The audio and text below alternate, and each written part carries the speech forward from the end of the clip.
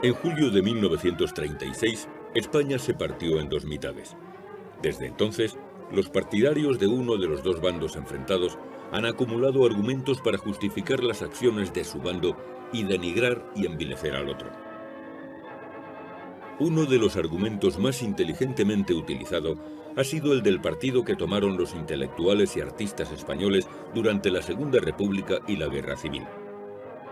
Esto ha llevado, a lo largo de 75 años, a juzgar a algunas de las cabezas más brillantes de España sobre premisas ideológicas, en muchos casos falsas, menospreciándose a algunos intelectuales y artistas no por su obra, sino por el bando al que real o supuestamente estaban adscritos.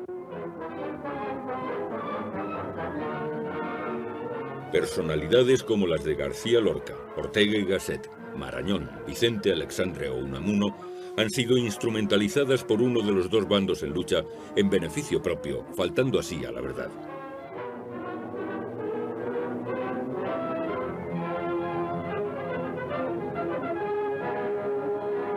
Los intelectuales españoles ante la Guerra Civil. Los intelectuales y artistas españoles vieron en el verano de 1936 su patria arrastrada a una terrible guerra civil que les iba a partir el corazón. Una parte de ellos tuvieron que militar en uno de los dos bandos enfrentados. Su postura roja o azul sirvió para sustentar ideológicamente a los bandos enfrentados. Algunos pocos optaron por la neutralidad, lo que en muchos casos les llevó al exilio o a la muerte. Estos probablemente fueron los únicos que comprendieron la verdadera tragedia que iba a romper el corazón de España. Los intelectuales y artistas de la guerra, una generación forjada en tiempos de la monarquía.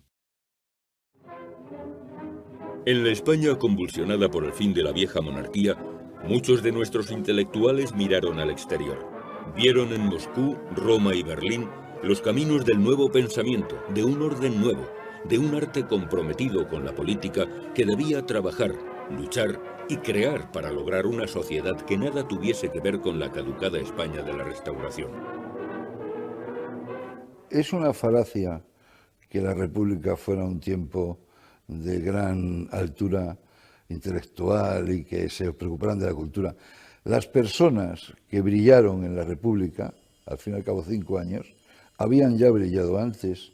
La generación del 27 es la generación de la dictadura de Primo de Rivera, como su propio nombre indica.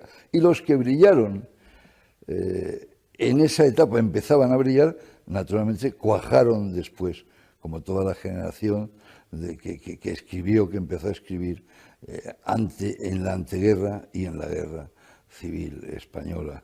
O sea que es otra falacia, igual que cuando se habla de la legalidad republicana, es otra falacia hablar de que la República supuso una etapa de esplendor cultural, de eso nada, venía de atrás o se cuajó más adelante.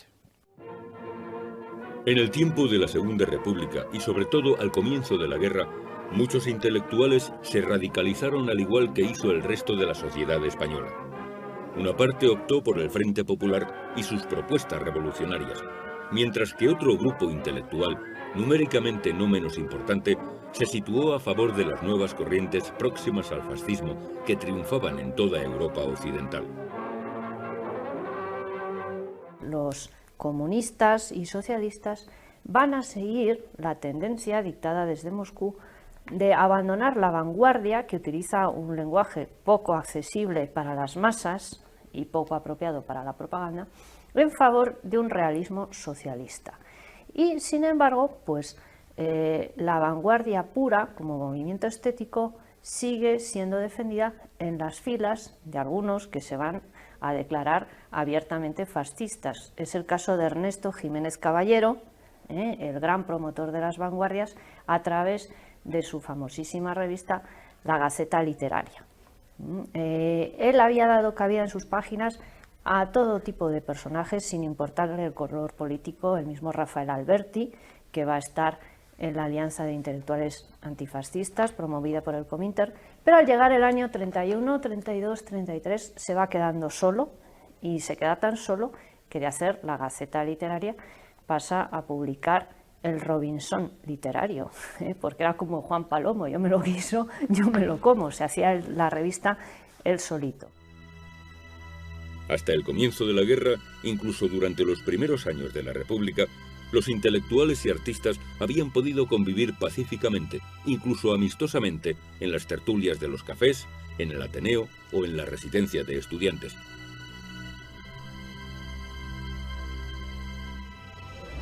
Pero con el comienzo de las hostilidades, su convivencia se hizo imposible.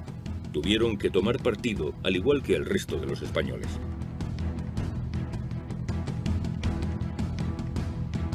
Intelectuales antifascistas.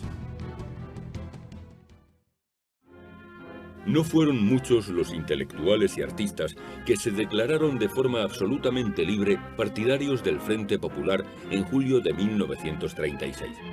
La mayoría de ellos eran socialistas y comunistas, junto a un número muy reducido de anarquistas.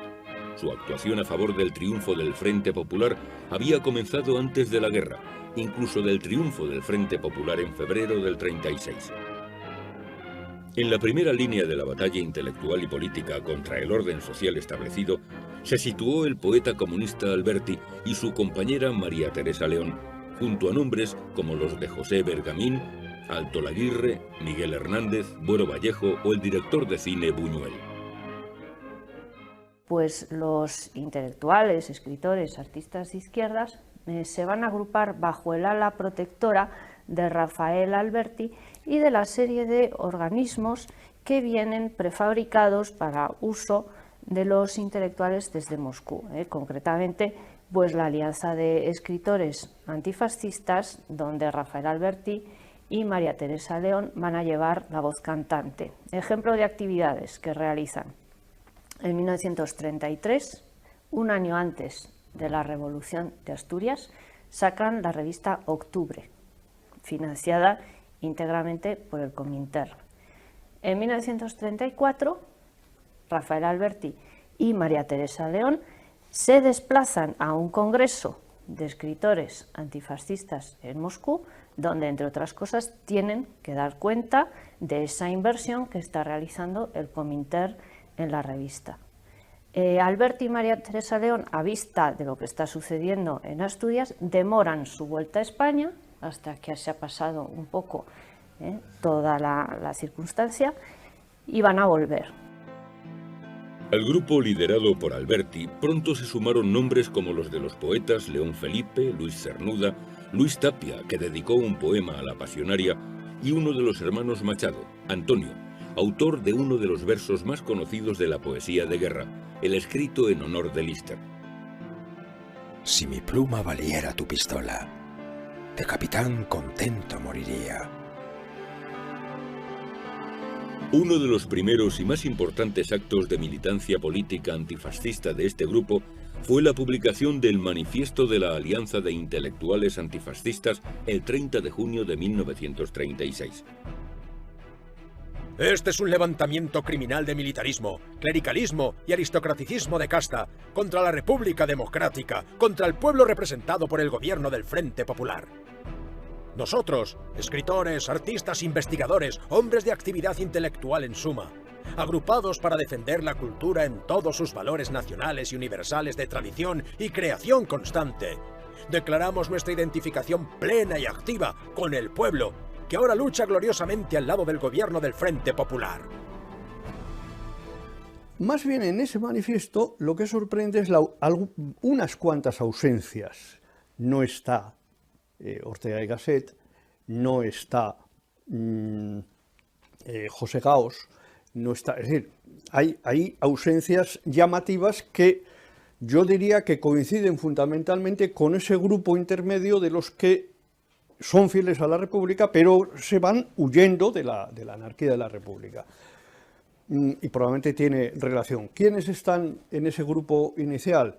Pues que ahora me vengan a la memoria y que puedan sonar, evidentemente Alberti, evidentemente José Bergamín, está también Luis Cernuda, está Ramón Sender, el novelista, está María Zambrano, está Alto Laguirre, bueno, y pongamos otros tantos, o el doble de otros tantos más. A estas firmas iniciales siguieron otras muchas, algunas de ellas obtenidas mediante coacciones, como la de Marañón. Alberti y sus correligionarios tuvieron una labor muy destacada en la obtención de nuevos firmantes del documento. Con el comienzo de la guerra, poco a poco, se fueron sumando al Frente Intelectual Antifascista muchos partidarios del Frente Popular, como los pintores Joan Miró, autor del famoso cuadro El payés catalán en revolución, Bela Zanetti o el escultor Victorio Macho. Un puesto especial entre ellos tiene uno de los pintores españoles contemporáneos más destacados, Picasso, que demostró su militancia izquierdista pintando el cuadro más famoso de la Guerra Civil, el Guernica. Su obra fue la pieza clave del Pabellón de España, coordinado por el filósofo José Gaos de la Gran Feria Internacional de París de 1937. Se convocan mítines por todas partes para orientar a la población civil de la retaguardia. La solidaridad internacional nos llega a Madrid, representada por los más ilustres intelectuales del mundo. La inmensa mayoría de los intelectuales que se autodeclaraban antifascistas no defendían una república democrática, sino una revolución radical y violenta que cambiase la obsoleta estructura social, económica y política de lo que quedaba de la España conservadora y católica de tiempos de Alfonso XIII. Madrid, corazón de España, late con pulsos de fiebre. De ayer la sangre le... Querían una España totalitaria, siguiendo el ejemplo que había triunfado hacía poco en la Unión Soviética. Álvarez del Valle hablando al mundo desde Madrid. No a pedir nada para sí, sino a exigir que el pacto sea acatado y cumplido por los Estados miembros de la Sociedad de las Naciones. Los intelectuales frente populistas formaron una internacional antifascista que fue muy bien utilizada propagandísticamente por los distintos gobiernos de la República dentro y fuera de España. La organización de congresos internacionales de intelectuales antifascistas, sus numerosas publicaciones y manifestaciones culturales resultaron básicas para la proyección exterior de una imagen culta y democrática del Frente Popular Español de la República en guerra. Durante la Guerra Civil, Alberti no hace más que desarrollar lo que había iniciado ya en los años anteriores al frente de esta alianza de intelectuales antifascistas. Saca una revista de combate destinada al frente que se llama El Mono Azul, frente a otra de corte más alto, que no promovía él, por cierto, sino Alto Laguerre, que es Hora de España. Digamos que Hora de España va a ser la revista de alta cultura de la España republicana en Guerra Civil, y El Mono Azul, pues la revista destinada a un combatiente obrero. En ella pues incluyen composiciones poéticas, por llamarlas de alguna manera, porque son bastante groseras, bastante burdas, pues de Rafael Alberti y de otros poetas que abrazan esta causa, como es el caso de Miguel Hernández. El Mono Azul, digamos, desde mi punto de vista, es una revista que hay que valorar únicamente como un esfuerzo de propaganda que presenta una visión idealizada de la realidad, digamos, paralelo a lo que es jerarquía, por ejemplo, la revista negra de Falange en la zona nacional, digo, por poner un ejemplo. Es decir, que son expresiones idealizadas y idealizadoras, con una misión fundamentalmente de ese carácter, de las dos actitudes, las distintas actitudes en la guerra. En este grupo de milicianos de la cultura serán muy pocos los que bajaron alguna vez a las trincheras. La mayoría se quedaron combatiendo en retaguardia, lo que no les impidió fundar su propia checa, la Checa de los Intelectuales, dirigida por el propio Alberti. Estaba adscrita a la Alianza Internacional de Intelectuales Antifascistas, estando instalada en el Palacio de Zabalburu y dedicada a depurar de fascistas la Academia Española y el mundo de la cultura republicana. Marañón, Ortega, Pérez de Ayala o la intelectualidad republicana sin bando. La monarquía de Alfonso XIII era una institución gloriosamente fenecida. De su caída y del advenimiento de la Segunda República fueron, en buena medida causante, un sector importante de la intelectualidad liberal española. La agrupación al servicio de la República, formada por algunas de las mejores cabezas de España, desempeñó un papel determinante en la caída de Alfonso XIII. Años después, ya bajo el régimen de Franco, estos mismos intelectuales recordarán con añoranza los tiempos de Alfonso XIII. Una época, según ellos, de libertad, progreso y paz, olvidando su responsabilidad en el fin de la monarquía. En la misma línea de pensamiento estaban algunos artistas como el pintor Ignacio Zuloaga, que recibió con júbilo la llegada de la República. Al igual que hizo Azorín, que calificó en 1931 al nuevo régimen como República de los Intelectuales, lo que no le impidió luego situarse en el bando nacional. Muy pronto la República soñada por estos intelectuales, científicos y artistas que habían ayudado de manera tan decidida a su nacimiento, tomó una clara deriva revolucionaria y antidemocrática que les obligó primero a distanciarse y luego a romper con ella. El 9 de septiembre, nuevamente en Crisol, Ortega publica el artículo Un aldabonazo, que termina con la frase: "No es esto, no es esto. La República es una cosa, el radicalismo es otra, sino al tiempo". Entre los que permanecen fieles al gobierno de la República, hubo un sector muy importante que se sintió agredido por lo que comenzaba a suceder en el bando republicano y por tanto huyó de España, siendo ellos quizá mayoritariamente republicanos, huyó de España, pero huyó de la España republicana para salvar la vida. El caso de Ortega y Gasset es el más conocido de todos. Y se diga lo que se diga, Ortega y Gasset se exilia y por eso mismo luego puede volver, porque huye de lo que está pasando en España. Esta disidencia no impidió que cuando se produjo el golpe militar del 18 de julio, una personalidad como la de Marañón afirmase que era el momento de decir únicamente «Viva la República y España».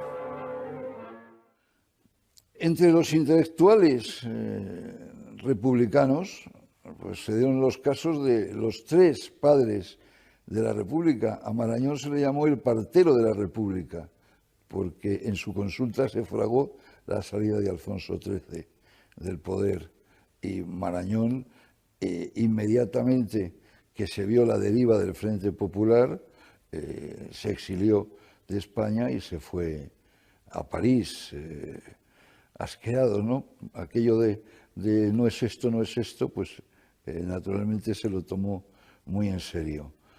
Ortega, igualmente, asqueado, otro de los fundadores de la agrupación de intelectuales al servicio de la República, salió de España y se exilió y se fue a París, también completamente desencantado de la deriva del Frente Popular. Bueno, y el caso casi más paradigmático, porque tenía un cargo público, era el embajador de la República en Londres, es Ramón Pérez de Ayala, que dimite en el tiempo del Frente Popular, naturalmente asqueado del cariz que toman los acontecimientos y del radicalismo del Frente Popular, se exilia, dimite de la embajada en Londres y envía a sus dos hijos a luchar en la zona nacional.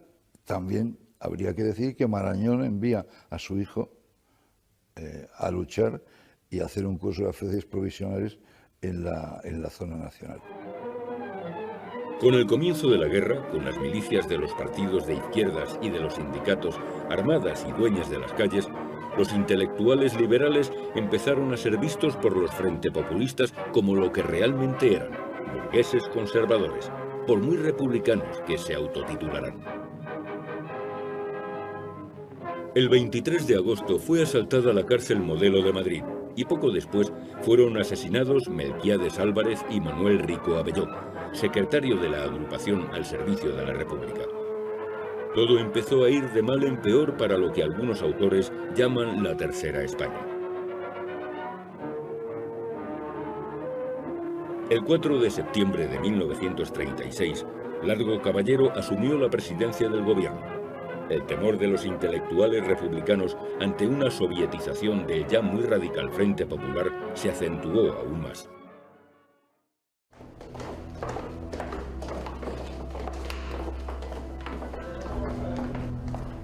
La revolución no respeta a nada ni a nadie.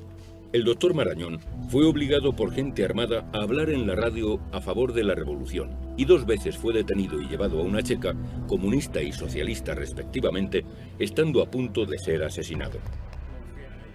La situación terrible que se vivía en Madrid llevó a Marañón a salir de España rumbo al puerto de Alicante, rumbo a Marsella y luego a París en compañía de Ramón Menéndez Pidal, a bordo de un destructor inglés.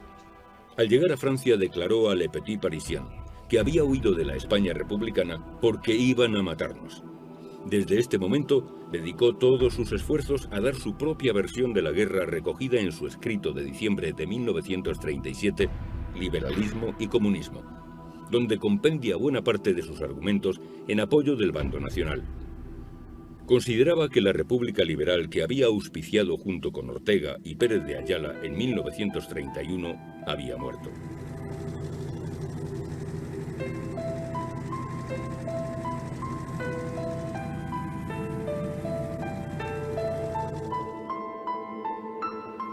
El camino del exilio que tomó Marañón también lo adoptaron Ortega y Gasset y Pérez de Ayala. El futuro premio Nobel y republicano convencido Juan Ramón Jiménez abandonó España en 1936, aprovechando su nombramiento como agregado cultural en Washington por el gobierno republicano.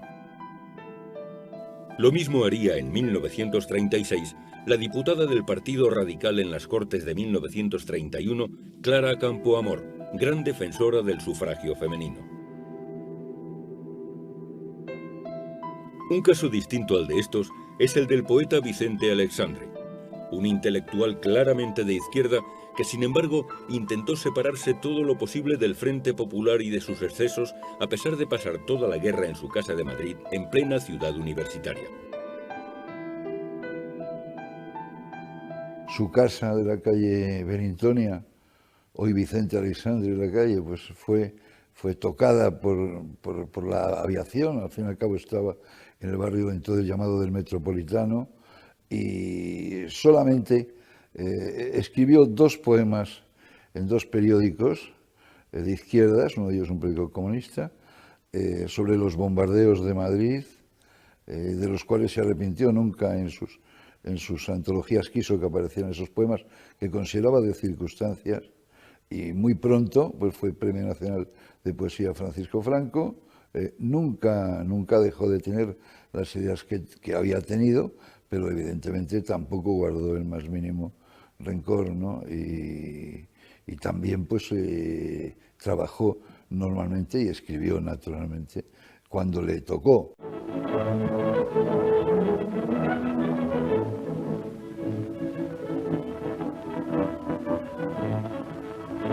Desde el exilio interior o exterior, todos ellos adoptaron una postura abiertamente contraria a los gobiernos republicanos de Valencia, lo que no implicaba ser partidarios de Franco.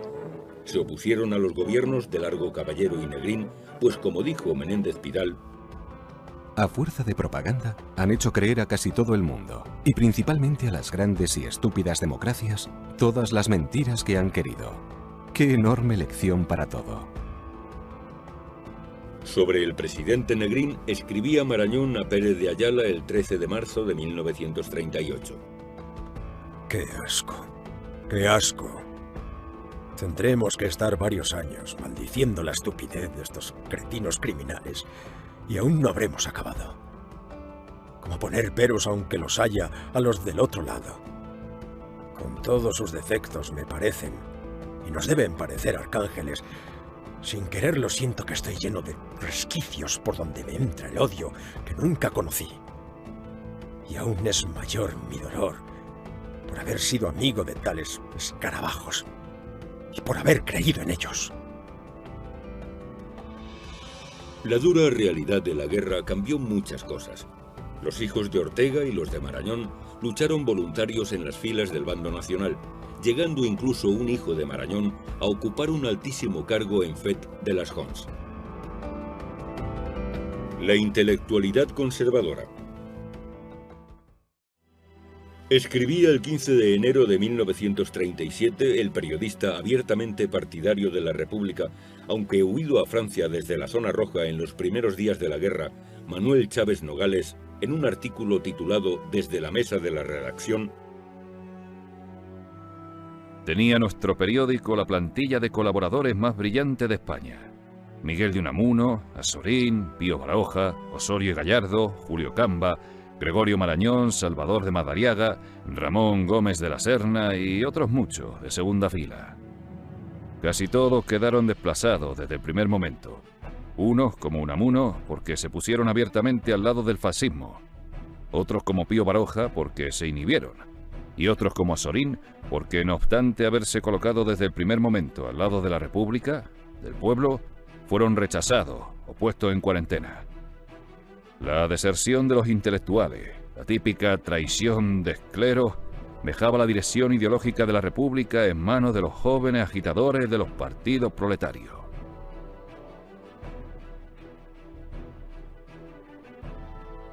Entre estos autores destacan los ya citados Unamuno, Manuel Machado, la novelista Concha Espina, un jovencísimo Camilo José Cela, Pío Baroja y el reticente Azorín, a los que se suman nombres como el caricaturista Mingote, que hizo la guerra en un tercio de Requetés, al igual que el futuro biógrafo del rey Juan Carlos, José Luis de Villalonga, el pensador tradicionalista Ramiro de Maeztu, asesinado en las tapias del cementerio de Aravaca, o Pedro Muñoz Seca, autor de La venganza de Don Mendo, asesinado en Paracuellos del Jarama.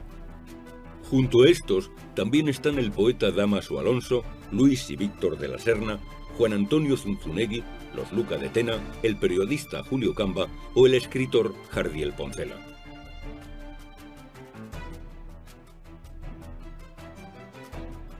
Uno de los intelectuales católicos que desempeñará un papel más destacado durante la guerra fue José María Pemán, autor consagrado y odiado por la izquierda española por su obra teatral en defensa de la Iglesia, El Divino Impaciente, que había provocado durante la República una reacción de anticlericalismo. Algunos de los miembros de este grupo que cayeron en zona republicana salvaron la vida por verdadero milagro, como Concha Espina, que adoptó una postura abiertamente partidaria del bando nacional como consecuencia de su estancia en zona roja durante los primeros meses de la guerra. De esta experiencia nacieron sus novelas Retaguardia y Luna Roja. Edgar Neville fue arrestado junto al artista Conchita Montes, estando a punto de ser fusilado. Había llegado a España el 13 de julio de 1936 tras pasar una temporada en Estados Unidos. Logró huir al extranjero para volver en 1937 a la España nacional, pasando a servir en el frente de Madrid. En 1938 rodó La ciudad universitaria, película que marca el inicio de su colaboración con el Departamento Nacional de Cinematografía. La lista de los fusilados fue enorme.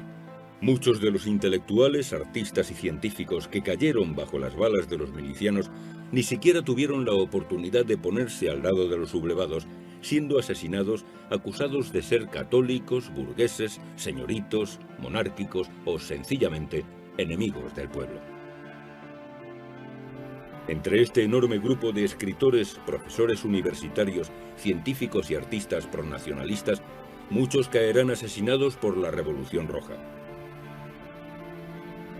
No pudieron evitar ser paseados ni los poetas. El malagueño José Luis Estrada, fundador de la revista Caracola, vio como su madre y 22 miembros de su familia eran asesinados en Málaga. Joaquín Amigo, creador de la revista Gallo, amigo del poeta falangista Luis Rosales, también fue asesinado, al igual que José María Hinojosa.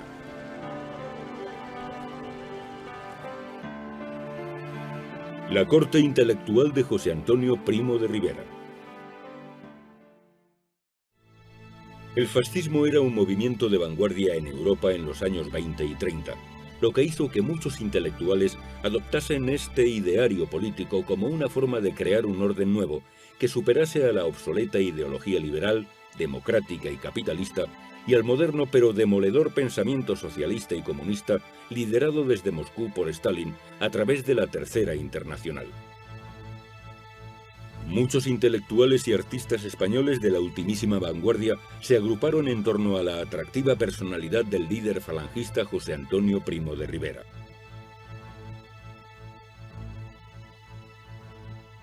En torno a José Antonio y a su minúsculo antipartido se aglutinaron escritores y poetas como Rafael Sánchez Mazas, Ernesto Jiménez Caballero, Agustín de Foxá, José María Alfaro, Eugenio Montes, Jacinto Miquel Arena, Pedro Mourlane Michelena, Luis Santamarina, Samuel Ros y un jovencísimo Dionisio Ridruejo. Con ellos estaban también destacados músicos como el maestro Tallería, autor de la música del Cara al Sol, cantantes de ópera como Miguel Fleta o personajes como el 3 veces campeón de Europa de boxeo Paulino Uzcudun. A estos pronto se fueron sumando una larga lista de intelectuales, artistas y científicos que vistieron la camisa azul a finales de los años 30 y durante los 40. Los directores de cine Carlos Arévalo y José Luis Sáez de Heredia, que filmaron Rojo y Negro y Raza respectivamente. El pintor Dalí. El autor teatral Alfredo Marquería. Los futuros ministros e ideólogos de la política exterior falangista José María de Arailza y José Félix de Lequerica, y el periodista y novelista falangista hasta su muerte Rafael García Serrano. El poeta y protector de Lorca Luis Rosales, junto a nombres tan relevantes como Eugenio d'Ors, Vivanco, Panero, Laín Entralgo, Torrente Ballester o el medievalista Fray Justo Pérez de Urbel. Todos ellos formaron una vanguardia de primera fila que la derrota del Eje en 1945 ha hecho que caigan en el más absoluto e injustificable olvido.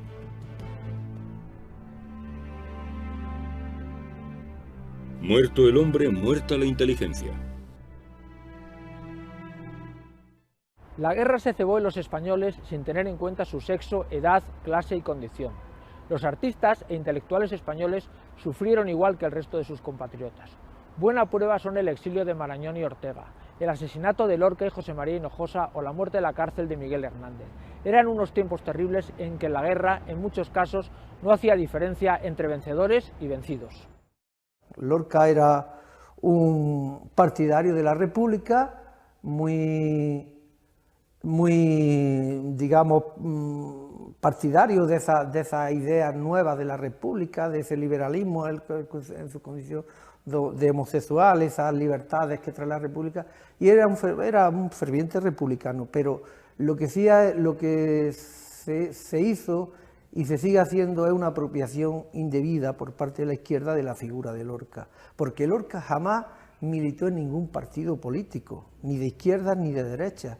Sus amistades iban desde el amplio espectro, desde Falange hasta los del partido de izquierda. Es decir, que Lorca para nada era político, ni le interesaba la política, ni para nada la política era un tema que él lo obviaba.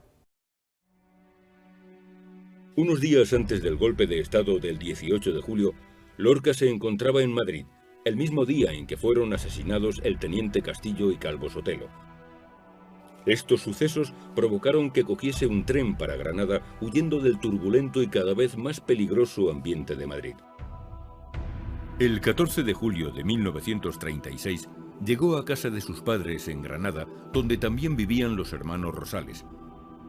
El mayor, José, era fundador de Falange y jefe provincial, mientras que Luis Rosales, también falangista, era poeta como Lorca y conocido suyo desde 1930. En la huerta de San Vicente, y el día 9 de agosto pues irrumpió un grupo de gente armada que eran sus propios primos, los Roldán, Miguel Roldán y Horacio Roldán, que eran primos de García Lorca y sobrinos de una tía carnal suya, por eso digo que eran primos. Durante el registro fue maltratado el padre de García Lorca. Es en este momento cuando la familia decide que Federico se esconda en casa de los hermanos falangistas Rosales. Entonces la idea de alojarlo en la casa de los Rosales era porque allí pensaban que iba a estar seguro. Nadie se iba a atrever a ir a la caza de los Rosales a detener a Lorca. Cosa errónea, cosa que después nos resultó, porque aquel día 16 de agosto del 36 se presenta Ruy Alonso, se presenta Juan Luis Tres Castro y se presenta Federico Martín Lago, falangista, con la idea de detener a Lorca, cosa que hacen, lo detienen. En este caso concreto, quien lleva el protagonismo de todo es Ramón Ruy Alonso. Pero Ruy Alonso era un advenedizo, una persona que llegó en el año 32 a Granada y que no conocía las rencillas personales que mantenía la familia Roldán. Es decir, estamos hablando de un crimen, de una vendetta en familia, prácticamente. Pero quien realmente sabe por qué se detiene a Lorca y quien sabe todos los motivos y el trasfondo que había detrás era Juan Luis Tres Castro. En su asesinato confluyen los deseos de venganza de los Roldán hacia sus parientes, la familia de García Lorca.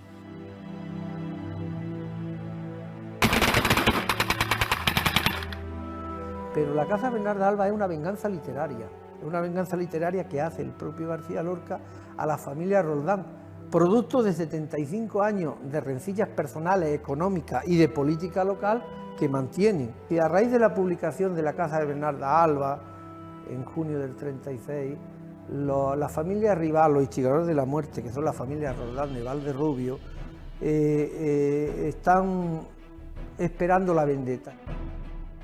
La casa de Bernarda Alba es la venganza literaria de Lorca hacia sus familiares con el arma que mejor manejaba, la pluma. A la conspiración asesina de los Roldán se sumaron Ruiz Alonso y Tres Castro, deseosos de quitar poder y prestigio a los cada día más poderosos falangistas granadinos liderados por los Rosales. Ruiz Alonso y Juan Luis Tres Castro eran de Acción Popular, eran del Partido de Acción Popular. Entonces trataban siempre de ganarse los favores del gobernador civil, del comandante Valdés Guzmán, y entonces pues inician unos enfrentamientos y víctima de esos enfrentamientos pues quizás sea Lorca, porque Acción Popular trata de dejar en evidencia a Falange de que en la caza de los significados falangistas de Granada, del fundador de Falange, como era José Rosales Pepiniqui, se alojaba un rojo. Los Roldán de Valderrubio eran íntimos amigos de este teniente coronel de la Guardia Civil, que además tenía ganas a Lorca desde la aparición del romancero gitano, que era muy crítico con la Guardia Civil. En la actualidad sabemos con exactitud por qué fue asesinado García Lorca en el verano de 1936. No fue asesinado por ser un poeta de izquierdas ni por ser homosexual. Fue asesinado por motivos de una vieja disputa familiar que se prolongaba por más de medio siglo. Los García Lorca estaban enfrentados con sus primos los Roldán y los Alba por temas económicos, familiares y de poder en la Vega granadina. La guerra civil fue el escenario perfecto para ocultar un asesinato que nada tenía que ver con lo que se estaba dilucidando en los campos de batalla de España. Tan solo 3 días después se producía otro infame asesinato, el del joven poeta José María Hinojosa, introductor del surrealismo en España, asesinado en Málaga por miembros del Frente Popular. Unamuno frente a Millán Astray, el mito de intelectuales frente a militares. El incidente entre el general Millán Astray y el rector Unamuno es uno de los sucesos de la guerra civil sobre el que más se ha escrito y también sobre el que más se ha manipulado. Pero ¿realmente qué ocurrió en Salamanca, en el Paraninfo de la Universidad, ese 12 de octubre de 1936? El rector de la Universidad de Salamanca, Unamuno, desde el mismísimo 18 de julio, se situó abiertamente al lado del bando rebelde. El 19 de julio se sentó ostensiblemente en una terraza del Café Novelty, en plena Plaza Mayor, para proclamar su apoyo a los rebeldes y al nuevo estado de cosas, proclamando la necesidad de luchar contra la dictadura salvaje del Frente Popular. Hay que salvar la civilización occidental, la civilización cristiana. Esta lucha no es una lucha contra una república liberal, es una lucha por la civilización. Unamuno, por otro lado, conviene recordar que había sido nombrado rector de Salamanca en su último nombramiento por el general Cabanellas como presidente de la Junta de Defensa. ¿Por qué? Pues porque le había cesado Azaña en agosto de 1936, acusándole, como por otro lado era evidente, de haberse sumado a la causa de los sublevados. El 20 de septiembre de 1936 se reunió el claustro de la Universidad de Salamanca bajo la dirección de Unamuno para redactar un escrito titulado Mensaje de la Universidad de Salamanca a las universidades y academias del mundo relativo a la Guerra Civil Española, en el que se denunciaba cómo la civilización cristiana occidental estaba a punto de desaparecer a mano de un ideario oriental aniquilador. Lo que no impidió que la represión indiscriminada que estaban desatando ambos bandos en los primeros meses de la guerra destrozase el corazón de Unamuno. Su amigo, el alcalde y catedrático Prieto Carrasco, había caído fruto de la represión de los nacionales, al tiempo que también eran asesinados en zona republicana sus amigos Román Riaza y Ureña.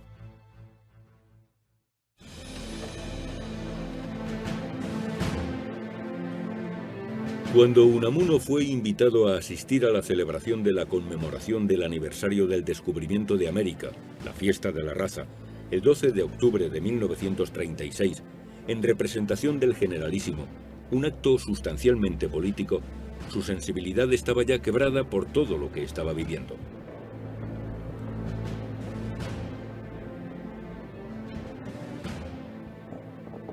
En este acto, la presidencia la ostentó el rector Unamuno en representación del propio Franco.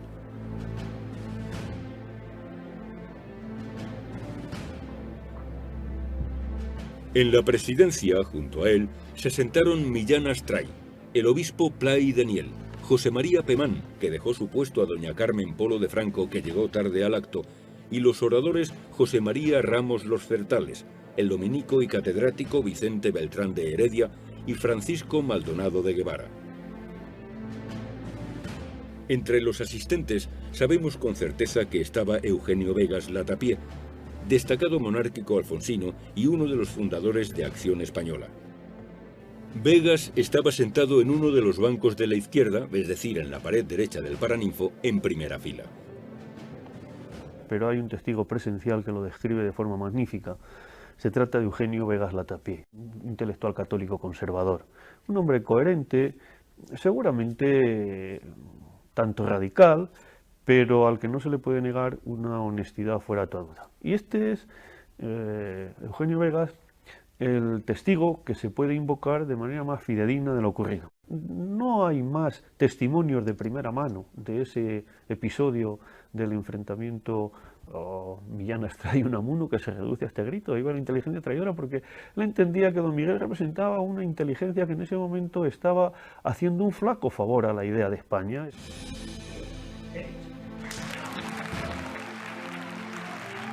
Después de que interviniesen el catedrático de literatura Francisco Maldonado con palabras no muy acertadas pero muy aplaudidas por un público muy exaltado y patriotero, tomó la palabra Unamuno, aunque no estaba en el programa que hablase.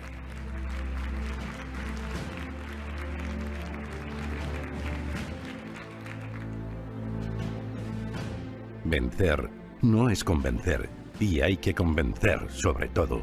Y no puede convencer el odio que no deja lugar para la compasión.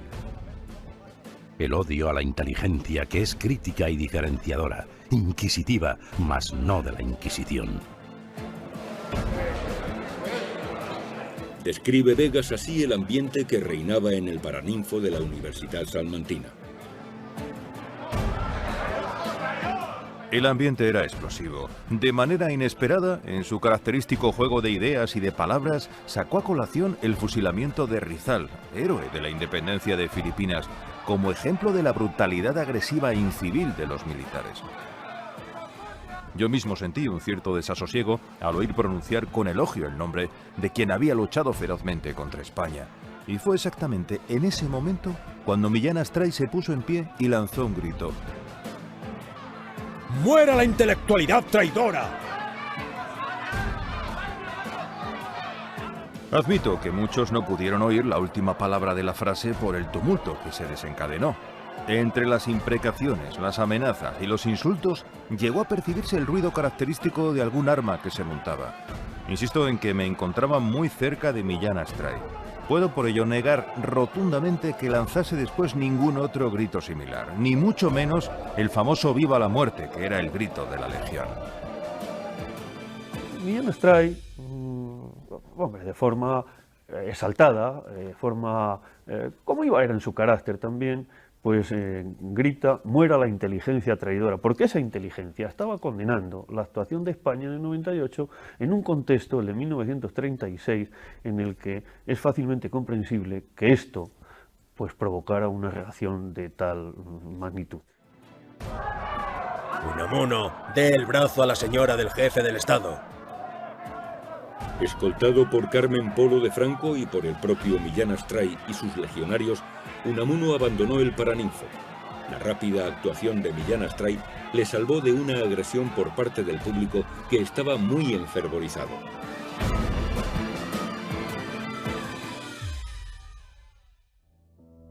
En el cuartel general del Generalísimo no se dio la más mínima importancia al suceso. Franco pensó que las palabras del rector eran uno más de sus famosos exabruptos. Pero en la Salamanca de 1936, todo el mundo quería ganar puntos ante los militares. El claustro de profesores de la universidad, que pocos días antes veneraba a Unamuno, su rector perpetuo, lo expulsó del claustro.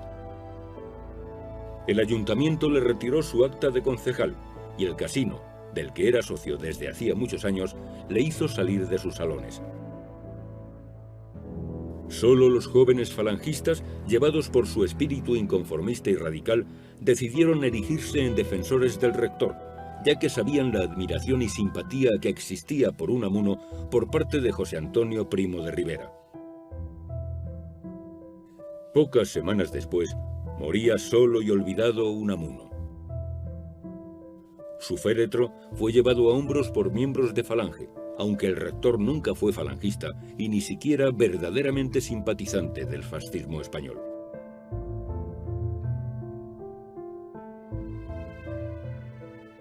Vencedores y vencidos. Por causa de la guerra salieron camino del exilio 550.000 españoles, pero a finales de 1939 la mayor parte habrían de regresar. En Francia quedaban entre 140.000 y 170.000 españoles, a los que habría que sumar 27.000 más en América, 20.000 de ellos en México. Hay una leyenda sobre los intelectuales represaliados después de la guerra, pero yo he tenido la suerte de conocer y de tratar a dos personas excepcionales, José Hierro y Antonio Buero Vallejo. Y José Hierro estuvo en la cárcel después de la guerra, era una persona de ideas republicanas, y después de la guerra, inmediatamente que salió de la cárcel, empezó a escribir en el Diario Arriba, en Radio Nacional de España, luego en la Editora Nacional, donde tuvo un cargo técnico, y yo no he visto una persona que jamás hablase del pasado y no mantenía ningún rencor. Antonio Buero Vallejo fue comisario político, fue condenado a muerte, salió a la calle y muy pronto, de salir a la calle, fue premio Lope de Vega de teatro, que era un premio oficial del Ayuntamiento de Madrid. Tampoco en él descubrí nunca rencor. Hoy día aún persiste el mito de que la mayoría de los intelectuales y artistas españoles abandonaron España como consecuencia de la victoria de los nacionales. La realidad fue otra. Casi la mitad se habían alineado con los rebeldes desde un principio, mientras que una buena parte de los que se manifestaban republicanos terminaron regresando a España más tarde o más temprano y reintegrándose a la vida normal de la sociedad española en tiempos de Franco, lo que no supuso que se convirtiesen en admiradores incondicionales del Generalísimo. Aproximadamente un tercio de los artistas e intelectuales españoles, socialistas y comunistas, optaron por el exilio, permaneciendo en él hasta pasado el año 1975. De este grupo, los que aún vivían regresaron a España a la muerte de Franco.